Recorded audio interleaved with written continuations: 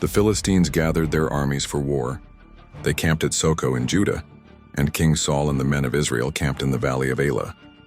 The two armies faced each other on opposite hills. A champion named Goliath from Gath came out of the Philistine camp. He was over 9 feet tall. He wore a bronze helmet, a coat of armor weighing 125 pounds, bronze greaves on his legs, and carried a bronze javelin. The shaft of his spear was like a weaver's rod, and its iron point weighed 15 pounds.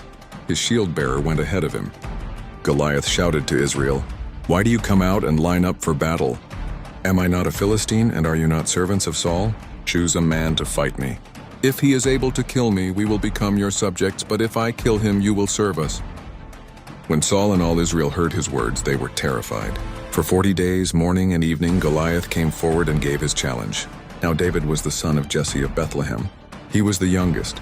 His 3 older brothers followed Saul to war.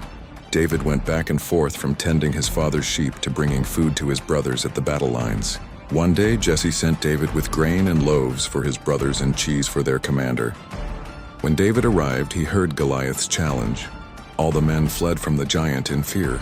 David asked, "Who is this uncircumcised Philistine that he should defy the armies of the living God?"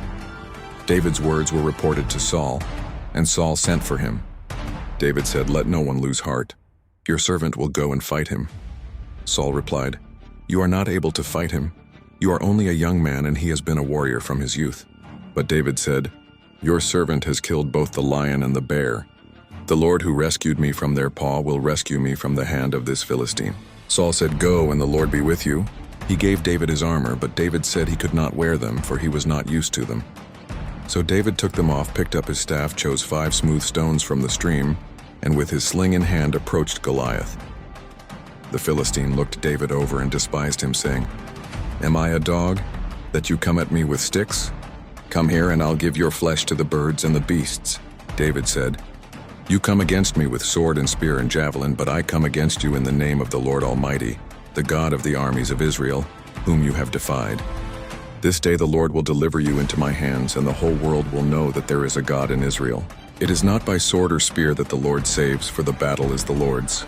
As Goliath moved closer, David ran toward him. Reaching into his bag, he took out a stone, slung it, and struck the Philistine on the forehead. The stone sank in, and Goliath fell face down on the ground. David triumphed over Goliath with a sling and a stone. Without a sword in his hand, he struck down the Philistine and killed him. David ran and took Goliath's own sword and cut off his head. When the Philistines saw that their champion was dead, they turned and ran. The men of Israel pursued them, and the Lord gave Israel victory that day.